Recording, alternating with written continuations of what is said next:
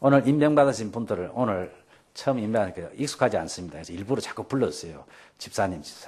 제가 목사로 처음 임명받고 나서 목사로 부르는데 어떻게 부끄러운지 전도사님 하다가 목사님 하니까 남 부르는 거 같고 그래. 처음에는 굉장히 어색한데 자꾸 듣다 보니까 괜찮아요. 처음 집사로 임명받으면 굉장히 어색한데 내가 어떻게 집사냐 이런데 자꾸 불러주세요. 불러서 익숙하도록 해주시면 감사하겠습니다. 오늘은 여호수아서 2장 말씀을 중심으로 붉은 줄이라는 제목으로 같이 은혜받기 원하는데 여호수아 3장에 보면은 드디어 약속의 땅인 가나안 땅으로 요단강을 건너서 들어갑니다. 첫 번째 요단강 건너서 첫 번째 큰 성이 여리고성이라는 성이 있습니다. 그 성을 공격하러 건너가는데 오늘 2장은 건너가기 전에 중요한 한 가지 일을 하는데 없어도 될 것 같은데 어떤 의미에서 여호수아서 전체에서 가장 중요한 내용이 사실은 기록이 되어 있습니다. 그래서 아주 그 성경이 기가 막히게 이렇게 배열이 되어 있고 기록이 되어 있다는 것을 볼 수 있고 또 오늘 나오는 주인공이 그 당시 사회 여리고성에서 가장 천시를 받았던 그 유조라 일본성 유조인데 우리나라로 말하면 기생대인데 원어는 창녀로 되어 있습니다. 창녀. 히브리어 원어는 창녀로 되는데 우리나라 말 좀 좋게 번역해서 기생으로 번역을 했습니다. 그런 사회에서 가장 그 밑바닥에 있었던 한 여인이 구원을 받고 예수님의 족보에 들어가는 이런 엄청난 변화가 일어나는 사건이 기록이 되어 있습니다. 그러니까 얼마나 중요하겠습니까? 예수님의 족보에 올라가는데 다윗의 고조 할머니입니다. 이 라합이라는 창녀가 그러니까 우리 예수님 족보에 이 창녀가 들어가야 돼. 창녀가. 그러니까 이런 사람들도 예수님과 연결이 되면은 구원받을 수 있다는 것을 가르쳐 주시기 위해서 예수님 족보에는 이런 사람들이 많이 들어가 있어요. 만약에 성경이 사람이 일부러 썼다면 이런 거 다 지워버립니다. 다 빼버립니다. 여러분들 가문에 영광이 안 되는 것은 다 빼고 싶습니다. 다 빼고 싶습니다. 여러분 결혼식에도 그렇잖아요. 그죠? 친척들이 좀 결혼식에 좀 잘 오는데 저 친척이 오면 우리 결혼식이 오히려 좀 창피하다. 안 왔으면 이런 사람도 있다. 가문에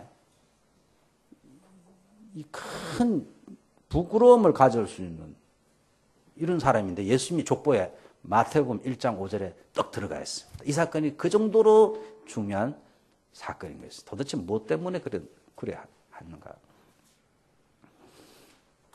이 여인이 정말 믿음으로 결단하고 고백하고 사회에서 가장 소외되고 비천했던 자리에서 구원받고 자기 집안이 다 구원받고 또 예수님의 족보에 들어가는 다윗의 고조 할머니가 되는 이런 엄청난 은혜를 영광을 얻게 되는 그러한 내용이 본문에 있습니다. 그러니까 3장의 요단을 건너서 여리고성을 치기 전에 이 사건을 이렇게 기록해 놓은 것입니다. 다 멸망받고 죽어야 되는데 먼저 이 여인을 건지기 위해서 구원하시기 위해서 하나님께서 이 중요한 사건을 기록을 하도록 그렇게 하셨습니다.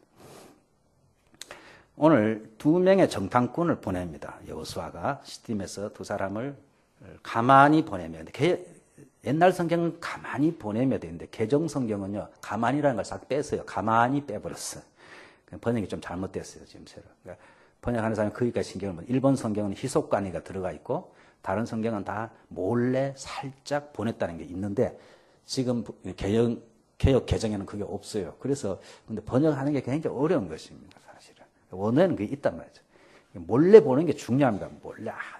이 정탐꾼은 몰래 가야죠, 그죠? 스파이 다 드러나면 안 되지 않습니까? 몰래 보냈는데 문제는 이 사람들이 어떻게 갔든지 다 소문이 나버렸어요. 2절에 보시면은 혹이 여리고 왕에게 구하여 가로되 이 밤에 이스라엘 자손 몇 사람이 땅을 탐지하러 이루었다. 어느 나라 사람인지도 다 알고 있고 벌써 사람들이 무엇하러 왔는지도 다 알고 있어요. 이 보면은 이 정탐꾼이 좀 모자랐던 사람들 같아요. 그렇죠? 몰래 보냈는데 그러면 안 들켜야죠. 표시 안 나게 가야 되는데 다 어느 나라 사람인지 뭐하러 왔는지 왕에게 다 보고가 될 정도가 됐습니다. 그런데 나중에는 이것 때문에 오히려 라합이라는 사람이 믿음으로 결단하게 하는 어떤 그런 계기를 마련해 줬어요. 그리고 하나님께서 하시는 일들은 참 놀랍고, 또 인간이 자주 말씀드립니다만은 그렇게 완벽하지 않아도 하나님께서 놀랍게 역사하신다는 거, 그런 거를 통해서. 그렇죠? 저희 교회도 작년에 그런 경험 안 했습니까? 우리 회계가 한번 후리꼼이 안 해놓는 바람에, 은행 돈이 못 갚는 바람에 이 보증인한테 연락이 가가지고 저희가 300만 원을 헌금해 줬지 않습니까? 그분이. 그러니까 일을 너무 깔끔하게 안 해도, 사람이 이렇게 완벽하게 안 해도 그런 걸 통해서 또 하나님이 역사하시는 것이 참으로 많아요. 오늘 또 이 척후병이, 이 정탐꾼들이 몰래 갖다 사적 왔으면 됐는데 그렇게 안 함으로 인해서 나합이라는 사람이 등장하게 되는 것입니다. 그래서 이 사람의 믿음을 표현하게 되고 결단하게 되고 이들을 숨으로 인해서 예수님의 족보에 들어가는 이러한 놀라운 구원의 계획을 설명하시기 위해서 하나님께서는 이렇게 좀 정탐꾼이 정탐꾼 같지 않은 사람을 통해서도 하나님께서는 하나님의 계획들을 더 놀랍게 이루어 가시는 것을 볼 수 있습니다. 오늘 정탐꾼을 보낸 것은 40년 전에 민수기 13장에도 정탐꾼을 보냈습니다. 그때 정탐꾼 12명을 보내가지고 실패했죠. 이 정탐꾼을 차라리 안 보냈으면 됐는데, 정탐꾼이 갔다 와서 도저히 우리가 저 땅을 차지하지 못한다. 불가능하다. 우리 들어가면 다 죽는다. 그러니까 새로운 지도자를 세워서 이집트로 되돌아가는 것이 낫다 그러면서 사람들에게 불신앙을 막 집어넣었어요. 불신앙을 집어넣어가지고 사람들이 밤새도록 울고불고 난리가 났어요. 차라리 안 보냈으면 그냥 무식하게 갔으면 됐는데, 신명기에서 보면 왜 보냈냐면 우리가 먼저 가서 어디 길로 올라가며 어떻게 공격할지를 다 조사해서, 그러니까 합리적으로 작전을 잘 세우기 위해서 정탐꾼을 보냅시다 하고 모세에게 요청하는 장면이 신명기에서는 그렇게 설명하고 있습니다. 신명기 1장에 보시면 37절에 보시면 모세가 뭐라고 말하는, 너희들이 그렇게 하는 바람에 나도 하나님께 벌을 받아가지고 나도 가나안 땅에 못 들어가게 생겼다. 이렇게 말하고 있어요, 모세가. 그걸 보면은 정탐꾼을 보낸 것이 불신앙이었어요. 하나님께서 기뻐하지 아니했습니다. 하도 보내서 우리가 작전을 좀 짜게 보내게 해 주세요 하니까 하나님께서 보내신 것이지 하나님께서 보내라 하신 게 아닙니다. 그것 때문에 모세도 책임을 지고, 물론 무리바에서 반석을 2번 쳐서 또 그 이유지만은 또 하나의 이유는 정탐꾼 보낸 것 때문에 너희들 때문에 나도 하나님께 벌을 받아서 가나안 땅에 못 들어가게 되었다고 신명기 1장 37절에 이렇게 표현을 하고 있습니다. 보면은 정탐꾼을 보내는 것은 불신앙이었습니다. 근데 오늘 여호수아가 또 정탐꾼을 보내는데 이것도 불신앙이었는가 했을 때 여호수아는 그런 사람이 아니죠. 옛날에 정탐꾼으로 가서 믿음으로 보고한 사람이고, 그거를 옛날에 40년 전에 엄청난 그런 경험을 했는데 정탐꾼을 또 보내겠습니까? 여기서 불신앙이 아니고 제가 볼 때는 성령의 감동 같아요. 마음에 큰 어떤 감동이 와서 보냈는데, 아까 말씀드린 대로 이것은 단순한 사건이 아니고 예수 그리스도와 관계된 우리의 구원의 큰 계획을 하나님께서 보여주시기 위해서 이 두 척후병을 정탐꾼을 보냈습니다. 사실 이 정탐꾼이 가가지고 정탐한 내용이 별로 없어요. 나중에 보고가 합니다만은 이 정탐꾼 둘이 가가지고 실제로 여리고성을 공격하는데 도움이 될 만한 보고가 하나도 없어요. 그러면 뭐하러 정탐꾼을 보냈는가 하는 생각이 들 정도로 아무런 쓸모없이 정탐꾼을 보낸 것 같다는 거죠. 그냥 인간적으로 생각하면은 이 정탐꾼이 가서 나중에 보고한 거 보면은 2장 24절에 보시면 여호수아에게 그 땅을 우리 손에 하나님께서 붙이셨으므로 그 땅의 모든 거민이 우리 앞에서 간담이 높더이다. 이 보고 외에는 없어요. 즉 이 보고는 라합이 이 정탐꾼들 앞에 신앙 고백한 내용입니다. 결국 라합의 신앙 고백만 보고하고 정탐꾼이 정탐한 내용이 별로 없어요. 그러면 정탐하러 뭐하러 갔는가 하는 게 있지 않습니까? 이게 하나님의 계획이다. 하나님의 계획이다. 그런 관점에서 우리 성경을 안 보면은 이 중요한 요단강을 건너는 사건을 앞두고 하나님께서 왜 정탐꾼을 이렇게 보내게 하셨는가? 우리가 세해라는 강을 건너가기 전에요. 이 사건이 굉장히 중요하단 말이죠. 확실하게 해놓고 우리가 건너가야 돼요. 요단강을 건너가야 돼요. 정탐꾼들이 갔을 때 소문이 다 나가지고 왕이 이 정탐꾼을 잡으라고 병사를 보냈습니다. 그래서 여인의 집에, 여인숙에 아마 보낸 것 같습니다. 근데 이 라합이라는 기생이 이 정탐꾼들을 몰래 숨겼습니다. 몰래 옥상에 숨겨가지고 그 당시에 수학기에 있었던 그 3대 이렇게 덮어놓은 것 같아요. 그 옥상에서 말리고 있었는데 3대에 숨겼다 그랬습니다. 6절에 보시면은. 그리고 병사들이 왔을 때 이곳에 스파이가 오지 아니하였는가 물었을 때 왔기는 왔는데 얼마 전에 조금 전에 나가가지고 아마 지금 도망갔으니까 빨리 쫓아가면 잡을 수 있을 것이다 해서 그 말을 듣고 병사들은 성 바깥으로 나갔는데 그들이 나가자 성문이 닫혔더라 그랬습니다. 7절에. 성문 안에 있는데 바깥으로 찾으러 나가게 만들었어. 이것은 사실은 라합으로서는 생명을 걸고 한 거짓말이죠. 그렇죠? 잡히면 자기가 죽을 수도 있는데 생명을 걸고 이 스파이들을 보호해줬어. 어떻게 기생 라합은 이런 엄청난 생명을 거는 이러한 일을 감당하면서까지 이들을 숨겨주려고 했는가 했을 때 9절, 10절, 11절에 그 이유가 나옵니다. 왜 그렇게 했는지 이유가 나오는데 그것은 9절에 보시면은 라합이 잠들기 전에 옥상에 올라가가지고 이 정탐꾼들에게 말을 합니다. 여호와께서 이 땅을 너희에게 주신 줄을 내가 아노라. 과거형으로 되어 있습니다. 하나님께서 이미 이 땅을 너희들에게 주신 것을 내가 아노라 그랬습니다. 이거 보면 대단하죠. 이스라엘 사람들은 아직 주신 거 확신을 못하고 있는데 이 기생이 이스라엘 사람들을 직접 만난 적도 없네. 스파이들 외에는. 하나님께서 이미 이 땅을 너희에게 주신 것을 내가 아노라 그랬습니다. 굉장한 신앙 고백이죠. 그렇죠? 아마 이 당시에 이스라엘 모든 사람들보다도 이 여인이 하나님께서 이 땅을 주셨다는 것에 대한 확신이 더 컸던 것 같습니다. 그래서 우리가 심히 두려워하고 왜냐하면 하나님이 이미 주셨기 때문에 너희들이 들어오기만 하면 우리는 다 진다는 것을 멸망한다는 것을 알고 있기 때문에 심히 두려워하고 이 땅 백성이 다 너희 앞에 간담이 다 놓아버렸다 우리가 이렇게 고백했습니다. 그 다음에 11절에 보시면은 또 내가 두 가지를 들었는데 하나는 너희가 출애굽해서 나올 때 홍해가 갈라지면서 너희들을 건너고 바로의 군대를 하나님께서 물속에 다 매장시킨 것을 우리가 들었다. 또 하나는 요단강 건너편에 있는 강한 왕 두 왕이 있었는데 두 왕을 얼마 전에 너희들이 다 멸절시키고 그 나라를 물리친 소식을 우리가 다 들었다. 그 10절 끝부분에 보면은 우리가 들었음이니라. 이 여자는 그 소식을 듣고 하나님을 믿게 된 거지. 이 하나님이 보통 하나님이 아니구나. 11절에 보면은 우리가 듣자 마음이 놓았고 너희의 영고로 사람이 정신을 잃었나니 너희 하나님 여호와는 상천하지의 하나님이니라. 여기 유명한 상천하지 하늘과 저 위로 하늘과 땅에 밑으로 땅에 없는 유일한 하나님이라. 유일한 하나님. 지금 일본이나 또 그 당시 이 지역이나 세계 어느 나라라도요 가장 유행하는 사상이 무엇인가 하면은 만물의 신이 깃들어 있다는 것입니다. 일본 사람들은요, 다 신이 될 수 있고, 모든 만물의 신이 다 깃들이 있어요. 나무도 신이 될 수 있고, 태양도 신이 될 수 있고, 유명한 사람도 신이 될 수 있고, 이런 사상이 가득했던 시대에 상천하지의 유일한 하나님, 당신들의 하나님은 전혀 다르다. 그렇죠? 이렇게 고백하는 것은 굉장한 신앙인 것입니다. 유일하신 하나님을 고백하는데, 그것이 어떻게 가능했냐? 듣고서 그래요. 듣고서. 너희들 하나님이 지금까지 하신 일을 내가 듣고서 이런 하나님은 없다. 그걸 듣고서 생명을 거는 것입니다. 오늘 여러분들 제가 우리 교인들이 과연 생명을 걸 수 있을까 할 때 자신이 없어요. 여기 몇 명이 될지. 과연 지금 생명을 걸고서 예수님 믿을까 안 믿을까? 믿는다 그러면 죽인다 그러면은 과연 여기서 몇 명이 예수 믿는다고 할 수 있을까? 다음 주에 우리 교회만 앞에서 잡아가 죽인다 하면은 몇 명이 교회 올까? 나도 주저주저 할 수 있어요. 신앙은 원래 생명을 걸어야 되는 생명을. 듣고서 이 여자가 생명을 걸었어요.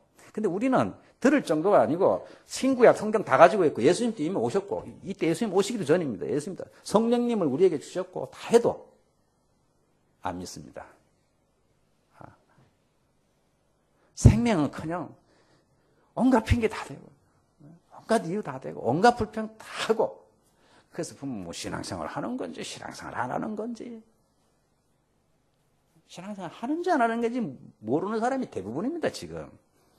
그래서 심하게 말한 사람은요 지금 한국 교회 거의 구원 못 받을 것이다 이렇게 말하는 사람도 있어요.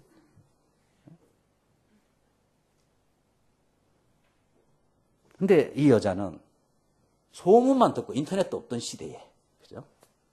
여러분들 책이 이렇게 있어도 긴가민가 하는데 소문을 듣고 그 하나님을 하늘과 땅의 유일하신 하나님으로 믿고서 벌벌 떨고 이 사람들이 쳐들어오면 우리는 망한다는 이런 확신을 갖고 이 가나안 땅 전체가 이미 하나님께서 너희들이 주셨다고 믿는 믿음은 대단한 것이죠. 그죠? 그래서 바울은 로마서 10장 17절에 믿음이라고 하는 것은 하늘에서 갑자기 떨어지는 것이 아니고 믿음은 들음에서 난다. 뭘 들어야 되냐? 그리스도의 말씀을 들어야 돼. 말씀을 들어야 믿음이 생긴다. 여러분들 믿음이 자라고 싶다고 누구나 말하죠. 신앙 잘하고 싶죠. 하나님 말씀 안 듣습니다. 보지도 않고 읽지도 않고. 오늘날 미국의 어느 학자가 쓴 글, 미국의 가장 큰 문제는 뭐냐? 온갖 종류의 성경이 다 나와 있는데 미국 크리스찬들이 성경은 안 읽는데요. 1년에 한 번, 10년에 한 번도 안 읽는데요. 교회 왔다 갔다 하지. 여기도 비슷할 것 같아요. 연속곡은 보지만은, 드라마는 보지만은 성경을 안 보는 사람이 천지입니다. 드라마 보고 눈물 줄줄 흘리는데 성경 보고 감동 못 받는 사람이 천지입니다. 지금. 여러분 입장을 바꿔서 생각해요. 하나님께서 하늘에서 이렇게 내려다 보실 때 예수 그리스도를 보내서 십자가에서 피 흘려서 구원해 줬는데 그 주님의 은혜와 그분의 이야기가 쓰여 있는 성경은 관심이 없고 드라마 보고 눈물 줄줄 흘리고 엄한데 돈 시간 다 쓰고 그런 하는 모습을 볼 때 주님께서 어떻게 생각을 하실까? 여러분 믿음은 반드시 들으면서 나는 하나님의 말씀을. 소리는 굉장히 중요합니다. 제가 한국 무당들 연구하는 분들 영상 방송을 봤는데 이 무당들이 섬기는 신들이 아니습니까? 근데 그 신을 부를 때에 이 방울이 있어요. 방울 같은 게 여러 가지 도구가 있어요. 방울을 쫙 흔들면요 신이 오는 거예요. 소리를 듣고. 그게 어떻게 오냐면은 영적인 세계는요 그 귀신들이죠. 귀신들이 소리에 민감한 것입니다. 그래서 영적으로 서로 통할 때는요, 소리를 가지고 신호를 보내는 거예요. 부르는 신호를 막 보내면은 꼭 무슨 레이더 이런 전파 가듯이 그 세계, 그 소리에 뭐 파동이 있어서 그런지 그러면은 이 귀신들이 알고 자기가 섬기는 귀신이 오는 것입니다. 여러분들 무당은 귀신 들려서 하는 것입니다. 잡뒤에도 올라가고요. 이렇게 막 맞히고, 막 몰래 숨겨두면은요, 막 맞히고 이렇게 하는데 그것은 초월적인 귀신들이 갈려주기 때문에. 근데 그 귀신이 들어갈 때 어떻게 들어가냐면은 소리를 통해서 부르는 것입니다. 영적인 세계는요, 소리가 굉장히 중요합니다, 여러분들. 소리를 듣고 보내고 하는 그런 걸 통해서요, 주고받고 하는 것입니다. 우리가 믿음이 자라는 거죠. 하나님의 말씀을 자꾸 들어야 됩니다. 자꾸 들을 때 영적인 세계에서 변화가 일어나는 것입니다. 그러니까 하나님의 말씀을 안 들으면 믿음이 생기질 않아요. 믿음이 그냥 뚝 떨어지는 것이 아니기 때문에. 가끔 기적을 통해서 믿음이 생기잖아요. 여러분들 기적 보고 그렇게 이스라엘 백성들이 기적을 얼마나 봤습니까? 그는 순간적입니다. 기적을 체험하면 순간적이에요. 오래 가지라. 그래서 믿음의 시작은 로마서 10장 17절에 믿음은 들음에서부터 시작한다. 일본 성경은 더 잘 돼서 신고와 기구 꽃도 깔아 하지 말이 이렇게 돼 있어요. 신앙은 듣는 데서 출발이 되어진다. 듣는 데서부터. 이 라합은 소문을 듣고서도 이런 믿음을 가졌어요. 오늘날 저희들은 얼마나 좋습니까? 이렇게 눈으로 볼 수도 있고, 또 눈이 아픈 사람은 귀로 들으라고 요즘은요, 다 이 소리로 녹음을 다 해가지고, 그것도 녹음기 갖고 다니는 게 불편하다. 요새 MP3 파일로 해가지고요, 휴대폰 전화에 또 휴대폰으로도 성경 다 들을 수 있고, 전 세계 어디 가도 그냥 휴대폰 하나만 있으면 성경을 다 빠르게도 들을 수 있고, 늦게도 들을 수 있고, 다 들을 수 있어요. 그런데 안 듣고 안 본다는 것입니다. 하나님의 말씀을. 그러니 믿음이 생기겠습니까? 믿음이 안 생깁니다. 절대로 안 생깁니다. 믿음이. 근데 라합은 이 소문을 듣고서 믿음을 가졌습니다. 그런데 이 당시에 라합만 들은 것이 아니고 이 소문을 다 들었을 거 아니겠습니까? 여리고 성경사는 다 들었죠.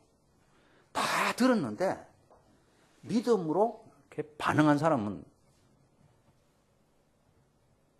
라합뿐이었어요. 그죠? 라합뿐이었어요. 신약 성경에 이 라합에 대해서 기록된 것이 히브리서 11장 31절과 야고보서 2장 25절에 믿음의 장에 기록이 돼서 그 많은 기라성 같은 믿음의 거인들을 쭉 언급하지 않습니까? 에녹에 대해서, 아브라함에 대해서, 모세에 대해서. 모세 다음에 누가 나오냐면 아론이 나오는 것이 아니고 라합 이 여자가 나옵니다. 그래서 믿음으로 기생 라합은 정탐꾼을 평안히 영접하였으므로 순종하지 아니한 자와 함께 멸망하지 아니하였도다. 이 정탐꾼을 이렇게 영접한 것이고 예수님을 영접한 것처럼 이렇게 표현하고 있습니다.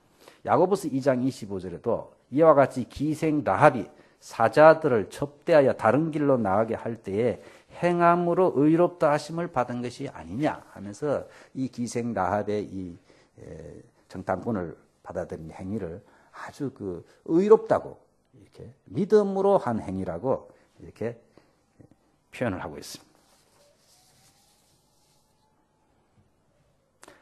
그래서 12절에 보면은 이 고백을 대단한 신앙 고백을 하고 나서 부탁을 합니다. 여러분들 신앙 고백하고요. 일본말로 시쯔고이 해야 돼요. 내가 여러분에게 생명을 걸고 생명을 건져줬으니까 여러분들도 나의 생명을 보장하라. 보장하라. 여기까지 나가야 돼요.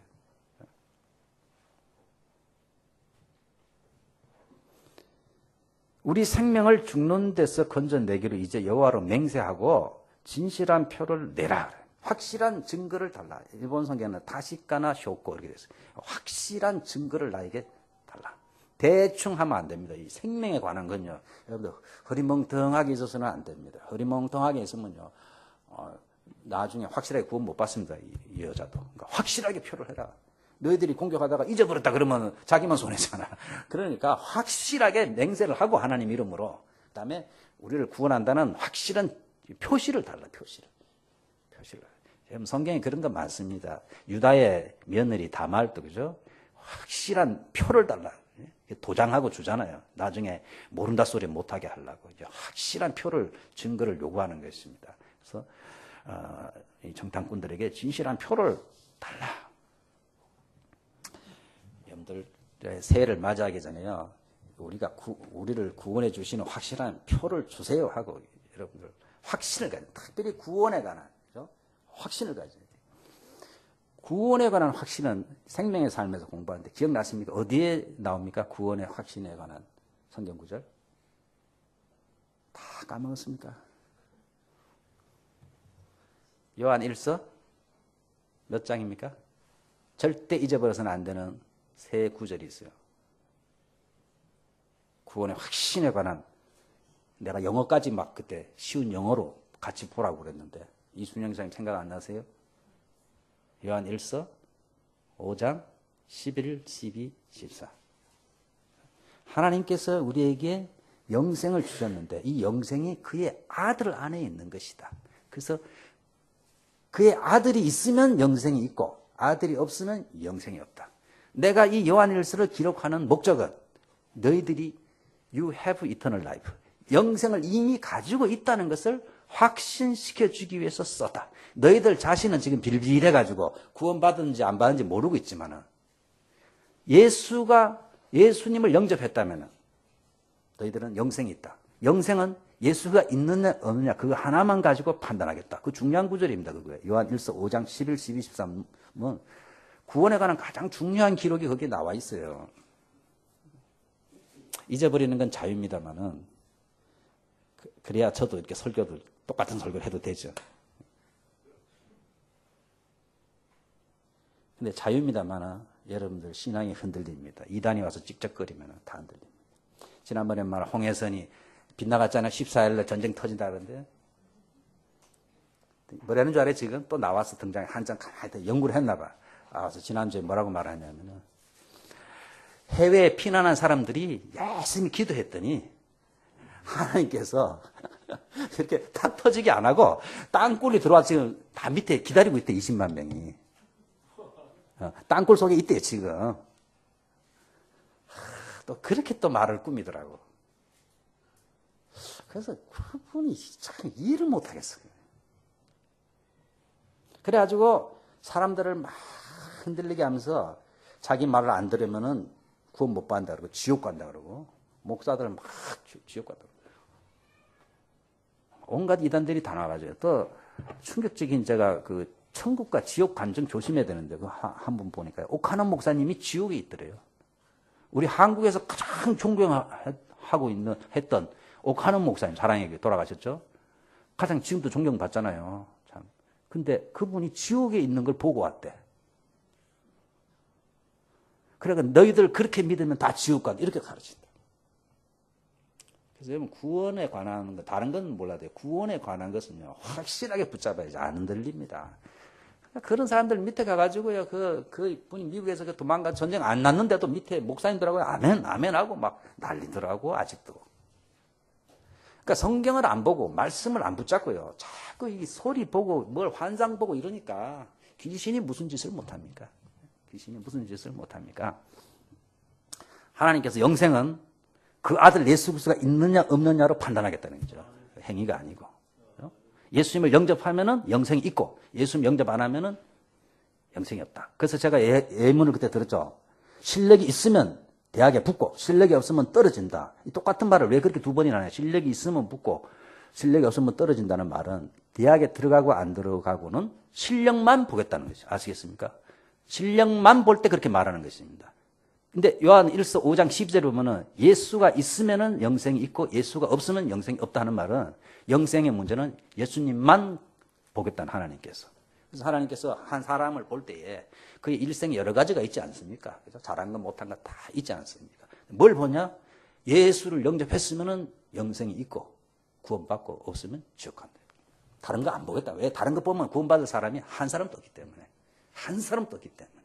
한 사람도 없기 때문에 그것만 보겠다 해서 요한 1서 5장 11, 12, 13절에 아주 명확하게 그렇게 가르쳤는데 당시에 초대교인들이 확신이 없어. 구원 받았는지 안 받았는지 모르겠다 그러니까 이것을 써서 You have eternal life. 지금 가지고 있다. 장래 얻을 것이 아니다. 잘 믿으면 얻는 것이 아니고 지금 예수님을 영접했으면 이미 영생을 가지고 있다. 그래서 현재형으로 써요. You will이 아닙니다. You have eternal life. 영생을 가지고 있다. 이렇게 기록을 하고 있습니다. 이 라합이요. 확실하게 자기 구원에 관해서 확실하게 요구했어요. 우리를 구원한 당신들이 말하고 잊어버렸다 그러면 되느냐? 확실한 표를 달라 그랬어요. 확신을 가져야 돼요. 확신을. 새해를 맞이하기 전에 구원에 관한 확신을 가져야 돼요. 여러분. 그랬더니 이 정탐꾼들이 18절 19절에 표를 줍니다. 그러면은 내가 이 붉은 줄을 주는데 이 줄을 우리를 이렇게 창문에서 이제 줄에 매어서 밑으로 내려 보낼 텐데 이 창문에다가 매달아 놔라. 오늘부터 좀 매달아 놔라. 고쳐 들어오니까 매달아 놔라. 그럼 이 붉은 줄이 있으면은 이 집만 제외하고 나머지는 다 죽이겠다. 또 하나는 줄만 매달아 놔서 되는 것이 아니고 줄을 매달았으면은 이 줄 매달아 놓은 집 안에 있어야 된다. 집 바깥에 있는 것은 책임 못 진다. 굉장히 중요한 말씀. 안에 있어요. 이 부분은 여러분 어디서 많이 듣던 내용이죠. 출애굽기 12장 22절에 보면 6월절 때도 똑같습니다. 에집트에서 나올 때도 양을 잡아가지고 그 피를 문에다가 발라 놓으라. 발라만 놓으면 안 되고 어떻게 합니까? 그 집 피를 바른 집 안쪽에 있어야 됩니다. 다. 그러면은 주의 천사가 장자들을 죽이러 다닐 때에 뭘 봅니까? 그 집에 들어가서 착한지 안 착한지 본다 그랬습니까? 그런 거 안 보고 뭘만 봅니까? 집에 피가 발려져 있는 것만 본다. 안으로 안 들어간다는 것은 멀리서 바깥에서 보면은 표시가 있어요. 표시가. 피가 있어야 돼. 피가. 피가 있으면 그 집은 안 들어가고 넘어간다는 것입니다. 일일이 들어가서 인격과 도덕을 다 조사하는 게 아니고 하나님의 말씀에 순종하여서 믿음으로 피를 바른 집은 넘어가서 살려주고 이스라엘 백성이라 할지라도 그까짓 거 바른다고 뭐 좋은 일이 있냐 하고 안 바르면 다 죽는 것입니다. 아시겠습니까? 믿음 하나만 보겠다는 거죠. 아시겠습니까? 그러니까 믿음으로 순종했는지 안 순종했는지는 뭘로 알 수 있습니까? 피를 발랐느냐 안 발랐느냐 보면은 그 순종의 표시거든요. 믿음의 순종. 인격을 보겠다고 말씀하시지 않았어요. 성경은 일관적입니다. 계속 구원에 관한 한은 이렇게 흘러가고 있습니다. 그래서 오늘 또 붉은 줄을 매달고 그 집 안에 있으면 구원받고 바깥에 있으면 구원 못 받는다. 그거 하나만 보겠다. 이게 약속입니다. 약속. 근데 만약에 붉은 줄을 매달아놓고 바깥에서 놀면 어떻게 됩니까? 다 죽습니다. 오늘날 말하면 예수 그리스도의 십자가 이외에, 십자가만 우리를 구원하신 유일하신 하나님께서 우리에게 준 약속이다. 예수님께서 우리를 위하여 피 흘려주신 십자가의 보혈의 공로에 의해서만 우리가 죄 용서받고 하나님의 자녀가 된다. 예수님을 영접할 때, 그 예수님을 영접할 때 하나님의 자녀가 된다. 이것 외에는 길이 없다는 것을 받아들여야 되는데, 많은 사람들이 어떻게 말하냐면 이 말을 굉장히 싫어해요. 왜? 마귀가 싫어하니까. 마귀 영을 받으면 어떻게 말하냐면요, 그럴듯하게 말합니다. 마귀는 항상 모든 종교가 다 나름대로 일리가 있고 사람들이 다 착하게 서로 돕고 살면 되지. 뭐 그렇게 기독교는 예수 아니면 자꾸 안 된다 그러느냐. 기독교는 편협하고 배타적이다. 그래서 모든 종교에는 다 나름대로 이유가 있고 구원이 있다. 구원이 있다. 그걸 주도하는 것이 가톨릭입니다. 가톨릭이 주도해가지고 세계 종교를 통합을 하려고 이렇게 하고 있습니다. 그래서 기독교에서도 많은 분들이 참여하고 있습니다. 이 WCC 운동이 그 일환인 것입니다. 그래서 이 신앙이 여러분들 중요하다는 것입니다. 성경 저희가 창세기부터 계속 이렇게 보는 것은 성경에 기초를 하지 않으면요 다 흔들립니다. 왜냐하면 그런 말이 좋거든요. 그랬으면 좋겠어요.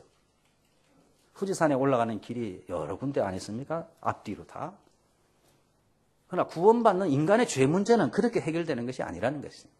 예수 그리스도의 피 이외에는 길이 없기 때문에 하나님께서도 예수님을 보냈어요. 만약에 다른 구원의 길이 있다면 뭐하러 예수님을 보내서 그 고생을 하겠습니까? 니네들이 고생하더라도 그럼 니네들이 알아서 오라 그러지. 하나님께서 자기 아들까지 주시면서까지 그렇게 하신 것은 길이 없기 때문에 그런 것입니다. 길이 없기 때문에 그런데 마귀는 그거를 싫어하게 만든 것입니다.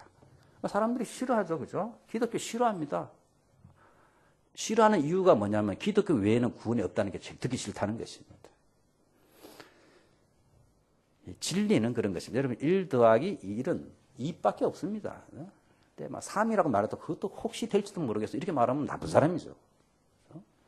구원받을 길이 하나밖에 없는데 자꾸 다른 소리 해가지고 사람들을 미혹하는 것도 듣기는 좋지만은요 그 사람 죽이는 것입니다. 그 사람 죽이는 것입니다. 그래서 우리가 성경을 계속 볼 때에 예수 그리스도의 피 이외에는 구원이 없다는 것을 가르쳐 주시기 위해서요. 오늘도 붉은 줄을 매달고 그 안에 다 있어야 된다. 이것은 예수님의 피를 믿는 믿음만이 구원을 얻는 하나님께서 주신 유일한 표시. 그래서 하나님께서 이 세상을 바라보실 때 뭘 보시느냐 하면요. 하늘에서 이렇게 보실 때 세상 사람들은 일본을 볼 때 뭘 보느냐 하면요. 먼저 서울이 간대에 보겠죠. 총리가 살고 있는 저쪽을 보겠죠. 국회의사당. 그다음에 천왕, 후지산이라든지 이런 거 보겠죠. 하나님께서는 뭘 보십니까? 그 영혼에 예수님의 십자가의 보혈이 묻어 있는가 안 묻어 있는가 그걸 본다면 눈에 그리 탁탁탁 띈다는 거예요. 하나님께서. 여리고를 공격할 때에 제일 신경 쓴 게 뭐냐면요. 이 붉은 줄이 매여 있는 집을 찾아라. 그 집은 절대 해쳐서는 안 돼요. 이게 제1명령이 제일 중요한 사건이죠. 제일 먼저 이 구원해야 되는 거예요. 하나님께서 이 세상을 심판하실 때에 뭘 보십니까? 피 묻은 사람들을 찾는 것입니다. 세상 사람들은 이 당시에 라합은 별 볼 일 없는 사람이었어요. 이 여리고성에서는 그야말로 창녀고 소망도 없고 상대하기도 싫고 이런 사람이었어요. 그런데 이 사람과 이 사람 가족만이 구원받았어요. 왜 그렇습니까? 약속의 표를 갖고 있었기 때문에. 약속의 표를 갖고 있었기 때문에 이 사람만 구원받는 것입니다. 이걸 보면서 얼마나 은혜스러운지 모르겠어요. 이 사회 그 당시에 가장 소외받았던 사람, 상대도 안 했던 이 사람만 구원받은 믿음으로. 하나님께서 얼마나 이 영혼을 사랑하는지, 얼마나 소외받고 힘없는 사람을 사랑하는지. 나 같은 사람이 기억이나 하시겠나. 그런 사람들이 있을지 모르겠습니다만 성경을 보면 그렇지 않습니다. 그죠? 이 사건이 기록되고 그 정도가 아니고 이분이 예수님의 족보에 들어가지 않습니까? 예수님의 그 영광스러운 족보에 마태복음 1장 5절에 탁 나온단 말이죠. 다윗의 이스라엘이 가장 존경하는 왕 다윗의 할머니의 할머니랍니다. 고조 할머니입니까? 그 족보에 이 기생이 들어가 있어요. 창녀가 거기 딱 들어가 있고. 예, 약속의 구원의 약속의 표를 확실히 붙잡았기 때문에 그런 것입니다.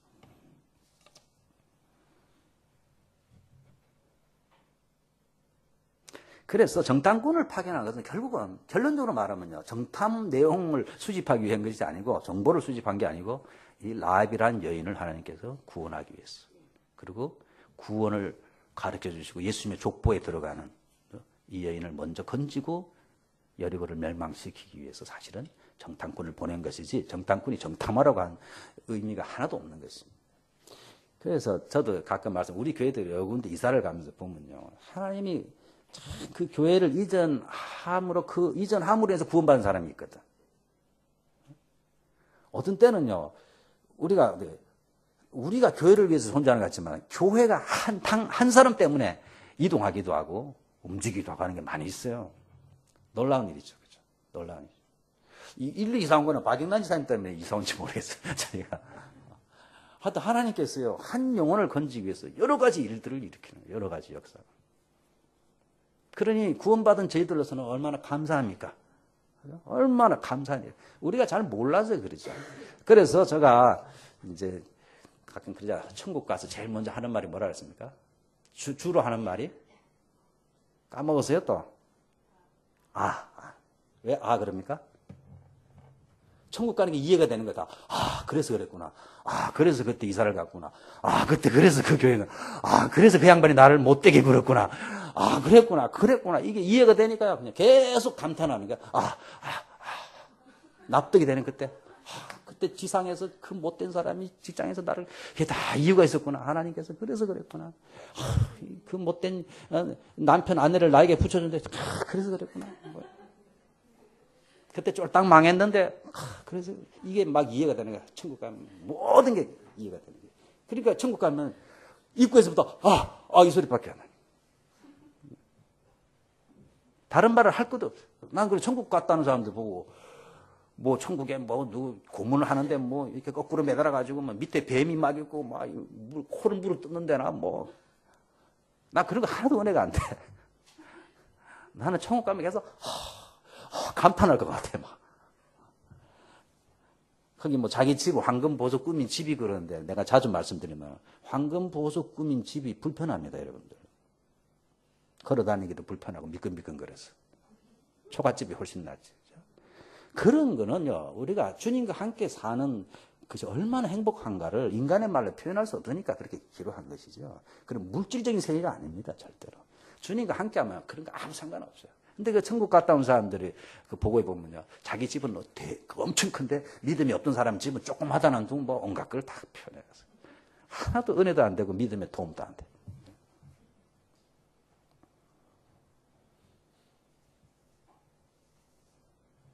하나님께서 참 이렇게 구원 대상이 아니었던 이방인, 그 다음에 원래는 다 가나안족을 멸절시켜야 그랬거든요.